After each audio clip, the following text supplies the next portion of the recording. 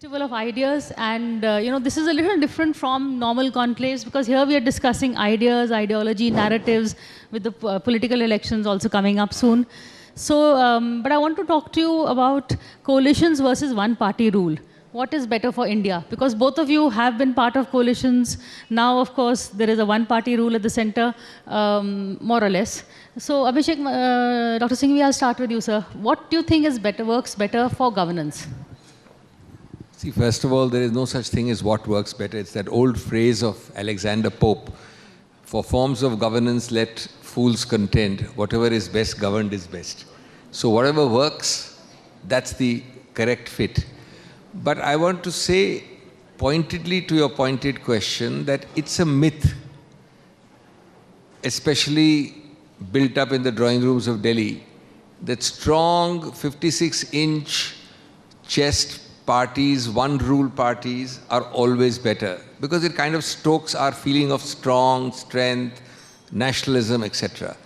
They can be better, they are not necessarily so. Coalitions, among other things, have a very big advantage of a multi-level decision-making process. It allows less dictatorialism, it allows more consultative process, and therefore the refinement of the quality of decision-making is frequently better. It's another myth that coalition governments do not perform well on growth rates. Some of our best, remarkably economic achievements have been during minority governments. Narasimha Rao is one example. And coalition governance, which is UPA 1 and 2, the highest growth rates you can imagine. So I think it is not very good for our feeling of stability and, we want everything organized, every hair in place, every piece of cloth not sticking out, and that's very good because one-party rule. But actually, coalition governance, the dissonance, the diversity of views, if I may say, the cacophony of diverse views actually leads to better decision-making. But of course, you could have chaos with a bad coalition governance. You need good management in a coalition. So that's the general answer. I don't think there's a single one-size-fits-all answer. Okay, thank you for that. But Dinesh bhai, you have also been part of a coalition government, and you've seen, even though you were the railway minister and you passed that, what I would call the dream railway budget, which you presented. But at that time, Mamata Banerjee objected to it, and you actually had to leave the government for that. So there are compulsions, coalition governments, maybe if it was one-party rule, that budget would have passed. Well, first of all, let me congratulate NewsX team and Sharma's for this festival of ideas. And thank you very much for bringing this idea as well. Supriya, the question is very simple. It is good for who? Ultimately, in democracy, whatever is good for the people, of the people, by the people, for the people. तो एक जगह है collision की सरकार जब होती है वो एक मजबूरी की सरकार होती है और एक पार्टी होती है वो एक मजबूत सरकार होती है and that is the reason world over people would want a strong government because we are not in isolation from the world at large. So if you see which country is respected the most, the country which is strong and the country which has a very strong leadership. So in last so many years, Indira Gandhi was very strong, so was Pandit Nehru. Rajiv Gandhi had one of the maximum number of MPs. So it is that government which is strong. That strong government can decide. Take for instance Chandrayaan. If you have a mix of few parties, for all you know, they might not have agreed, no, we don't want to spend here, we want to do this, we don't want to make this road, we want to make something else. So it's always, we all love khichdi, it's a good diet, but it is known as a khichdi government. And that is the reason, make no mistake, the people of this country, not only the Lieutenants Delhi, but the voters in the villages, they are so clear about it. that we want a strong and a stable government. And that is the reason you look at Orissa, the same day election, they chose Naveen Patnaik on one side as far as state was concerned, and they chose Narendra Modi as far as the center was concerned. So I think for the country's stability, it is always good to have a strong government.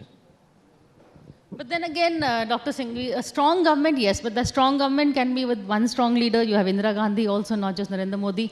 But you also had a very successful coalition, both in the Vajpayee years and in the UPA years. So what is that one thread that unifies all of them? Is it the strong leader, whether it's a coalition leader or a government leader? I think, as I said, first of all, I don't think there is any generalization possible that all majority governments are by definition good, all coalition governments are by definition bad, or vice versa. Actually, it's a mistake also to confuse strength with coalitions or lack of strength with majorities. Take, for example, a very interesting thing, the atom bomb, or basic foreign policy, or the Chandrayaan mentioned by my good friend Dinesh just now. These are matters not of either coalition nor of single majority government. These are the pride of India because the foundations have been laid by successive governments, and there is a unspoken, unbroken rule of continuity in fundamentals like this. Do you know that the atom bomb was ready to be tested by Narasimha Rao? You know, this written down is well known. He had in fact fixed a date. Because of a particular opposition from a particular country outside India, the first thing he told Vajpayee when he came in is that you must complete what I decided. And Vajpayee did it. So this is the continuity of India. Foreign policy is the continuity of India. You don't think that this Chandrayaan flew yesterday because of this strong government or that strong government or because of this majority or that majority.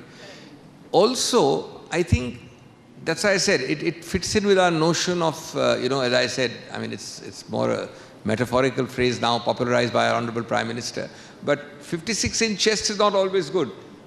There's a lot of feeling about unilateral decision making, which is not acceptable in a democracy. You've had some fantastic decision making in coalition governments. In fact, most of the major delicensing issues, banking reforms, so many reforms unheard of, happened during a minority government of Narasimha Rao. That all depends on a collectivity. Democracy is about collectivities. Me, myself, I sound good, and sometimes media projection makes I, me, myself very good, but they don't necessarily work in practice. Narasimha Rao worked how? He had a good collectivity of progressive liberals out for economic reform. I don't want to take the names of that 4 or 5 bureaucrats you know well, including a young minister at that time, now old. And then the later Prime Minister, Manmohan Singh, heading that group of 5 people. This is a collectivity which sat together and decided we have to go in this direction. I think that's what's important. So I think it's actually a myth to draw the equation in this way. You should be able to criticize an individual set of government policies or individual set of government, coalition or majority, equally for both. Okay, before I go to Dinesh Bhai, one more question is, are you now owning Narasimha Rao as a Congress Prime Minister? Because one of your colleagues yesterday was... That's another great myth. That's another great myth. Do you think Narasimha Rao did anything or wanted to do anything without being a congressman? He was fully a congressman. This is just spread because it's useful to have these narratives. It is useful to have a narrative that Patel was antagonistic to Congress. It is the GNP, Gandhi, Nehru, Patel, which is part of the Congress intrinsically. It's very nice and fashionable to talk about it. Narasimha Rao was a staunch congressman. He remained that to the end. He, in fact, had differences, which he managed very well in the political fold because he knew that he was running a minority government. But to suggest that, do we own up to him as a Prime Minister, all this is all not in a festival of ideas. That's too political. Okay, fair enough. Okay, so Dinesh, although this government especially has been saying, it's a strong government, strong leader, 56-inch chest leader, but you are going to the people as a coalition. The BJP is getting hold of, I think there are 31 one side, 26 on the other side or whatever. So it is going to be a battle of coalitions, or will it be a battle of one Narendra Modi versus India? No, I think we should leave it to the people.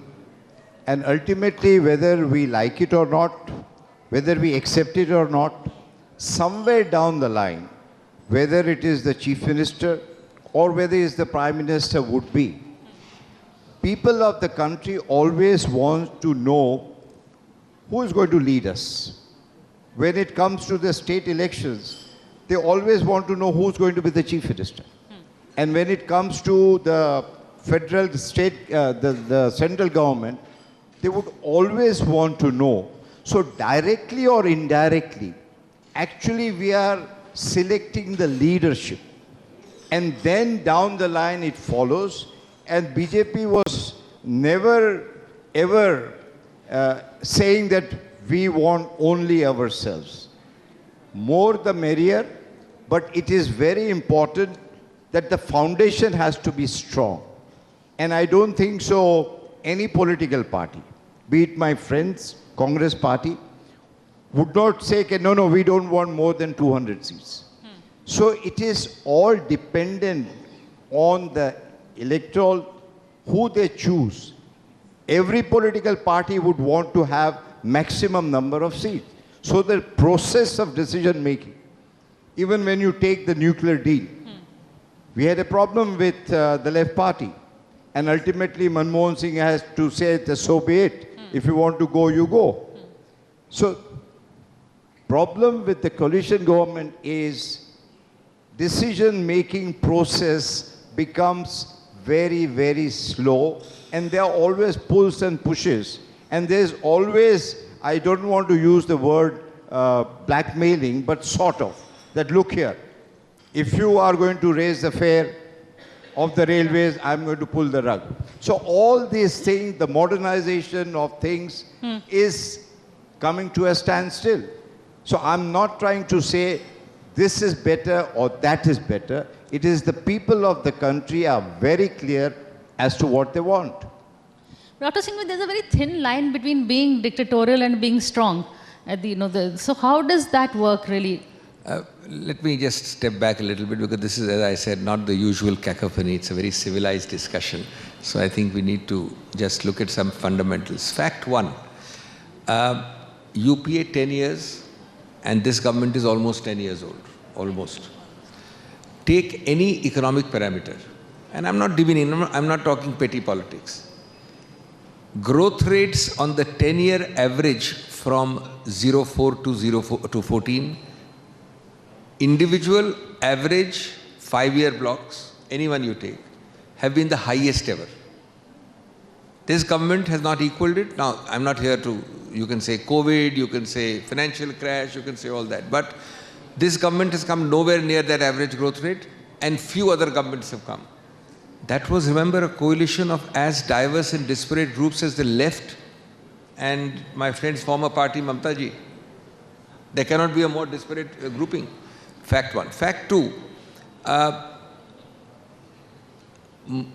he's absolutely right. Nobody fights elections that you should be able to make a coalition.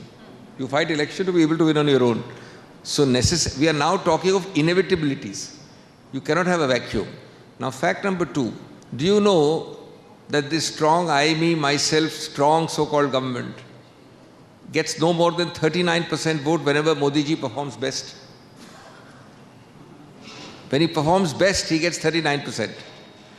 Simple commonsensical arithmetic tells you that if you were to fight the elections as an aggregation of individual states, the national elections as an aggregation of individual states, if you were to minimize the division of that balance 70%, suppose 80% of that 70% did not get divided.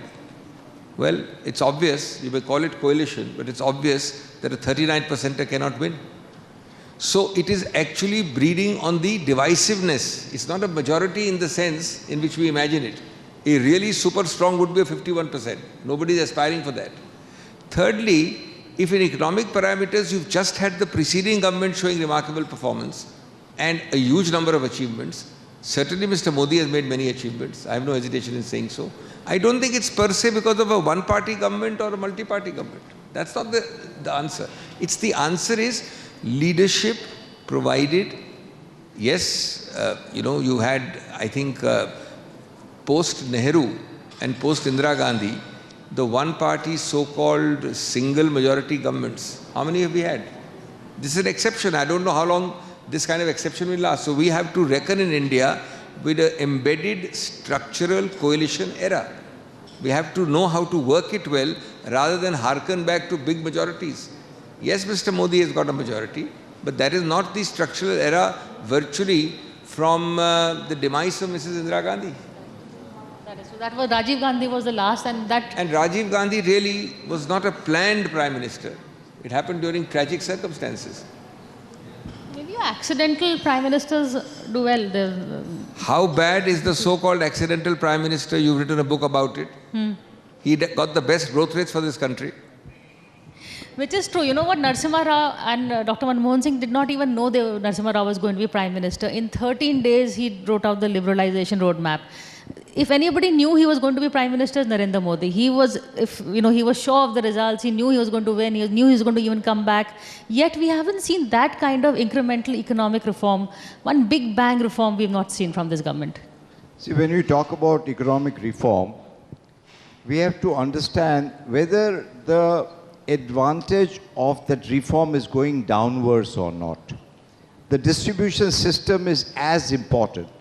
If that, let's say 10% or 8% or 7%, if it gets stuck on the top and if it is not going down, there is something which this government is doing right. So from 2014 to 2019, now we are not talking about anti-incumbency. We are talking about pro-incumbency. And I told you earlier that ultimately the country decides on who is the leadership. So yesterday one of your colleague channels had the survey. And it's proved that Narendra Modi is he is the highest rating ever, even world rating. So when people see that you are at the rating of, and I totally agree with my friend, that show me 50%. So Narendra Modi's rating is actually 50 plus. And unfortunately, others are down below. I think democracy will do very well if we have a very strong opposition as well. I personally would love to have a very strong opposition, and I'm sure my friend also would like to have. Opposition has to be very, very strong in a democracy which really thrives and works. So, and no government ever is permanent. We all will come and go. Nobody is permanent. But the country remains, so we have to make sure our fundamentals are very strong. And for that, somewhere down the line, something may not be right. I'm nobody to judge on the opposition, but I feel that there are so many issues in this country. If there is only one issue one thrives, what is the issue of opposition? Modi hatao. And that cannot be the issue. If you talk about what are we going to do if at all we come to power, people of this country always look for a roadmap. One mantra will not do. Same thing happened with Indira Gandhi. वो कहते हैं कि इंदिरा हटाओ, मैं कहती हूँ देश बचाओ, that's kind of slogan. So I think somewhere down the line, and like I said that I'm nobody to comment on the opposition, but for the sake of the country, we definitely need a very strong and a vibrant opposition, whichever may be. Well said. But, the point that he has made, okay, opposition doesn't have a face, fine, but at least opposition should have a narrative apart from Modi hatao. No, I think the opposition has a narrative. It's a different matter that we've been losing national elections, and that is why there are a large number of states where the opposition rules. The idea of recreating India in a presidential form is uniquely Modiji's. A presidential form of government with over-projection of a single person certainly is happening in our country, but that does not sit well with the parliamentary system at all. Suppose Mr. Modi is rated in the survey which my friend mentioned at 51%. Does it get him anywhere in a parliamentary democracy unless each of his individuals in the BJP wins? It's completely irrelevant, but it seems nice because we like to believe ourselves in a presidential mold. So I think these are matters of projection. Ultimately, if you were today to find very strong regional leaders. And regional leaders were to aggregate their national elections as an aggregation of state elections. And you actually had this one constituency, one person, at least in 500 constituencies. Where would be Mr. Modi with 39%? That's a point to remember. Number two, my friend mentioned trickling down inequality. Just look at, I'm not talking of economic growth now because I've already talked about it.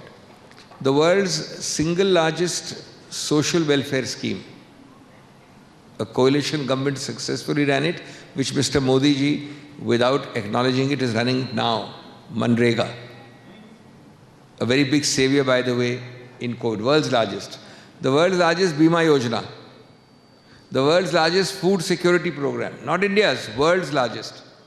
There were 6, 7 schemes like this, derided sometimes as leftist, called sometimes as Jholawala, ridiculed sometimes as a National Advisory Council, but they have become your mainstay. When the banking crisis struck worldwide, it was these schemes which kept India above and afloat. So it is not that you, and the Gini coefficient by which you measure inequality, the largest number of people ever moved above the poverty line were in the 10 years of UPA government. The statistics of the government of India show that the largest number of people, 24%, moved above the poverty line. So I think, again, it's this per se feeling we have because we saw a large number of years of coalition governments. Mr. Modi certainly has a great power of attraction in terms of showing the strength, showing that a single party rule alone is going to be, but that is not necessarily fact. Fair enough. Last point to you. At the end of the day, Prime Minister Modi may, criticize the UPA government or whatever, but he is adopting their welfare schemes, whether it is Narega, whether it is Aadhaar, whether, the schemes of the earlier government is what this government is delivering on, you can say. What is the big idea that this government has brought that they are going to take forward? The big idea is the idea of India, which the opposition always talk about. But idea of India is not only one idea of India. It's a varied idea of India. And Indian democracy is live and thriving. I mean, look at the Supreme Courts. Look at the only issue which I, as a former member of Parliament, and I've been in Parliament for long enough, I just don't understand why Parliament should not function. I think that is where, if I were in the opposition, I would not lose the opportunity, and I'm sure my friend will definitely agree, that question hour, that's your opportunity to put the government on the dock. So even before the question hour starts, you go to the well of the house. If you talk about Manipur, what would have happened if you discuss Manipur after 1 hour, after question hour? At least there is so much you can discuss. I, as a minister, would love, I would ask the opposition कि भाई क्या है आज? उस समय BJP थी तो कि नहीं आज भी थोड़ा हल्ला होगा. मैंने कहा हाँ बिल्कुल हल्ला करो. At least हमको responsibility तो कम हो जाती. So I think in all seriousness, you have to use that platform. And again, I said I am nobody to teach them. They are very wise people, and nobody can take away from what Rajiv Gandhi doing. I mean, there's a lot of modernization in terms of technology and all. My friend Sam was also here. So nobody is taking away the credit, even for Chandrayaan. Definitely nobody is taking away the credit. The credit is there, but in spite of that, I'm sure you'll agree that there is something right this government is doing. They are getting elected again and again, and there's something not right which the opposition is doing, that people are not electing as far as the center is concerned. Sir, I think that is a very good last... Dinesh bhai, that cuts both ways. That's a dangerous sentence. If electoral validation meant you're doing well, then electoral validation also includes the negative. A lot of things you don't do well enough. And therefore, this electoral validation changes all the time. Of course, and there are enough things in democracy which you don't do well, you do well, certainly something. So that's the strength of democracy. Electoral validation by itself is not a guarantee of being correct. For the people, of the people, by the people. On that note, that is a lovely note to end on this Festival of Ideas. Thank you so much, both of you, for taking time out and being with us. Thank you. For more such videos, subscribe to the NewsX YouTube channel, hit the bell icon.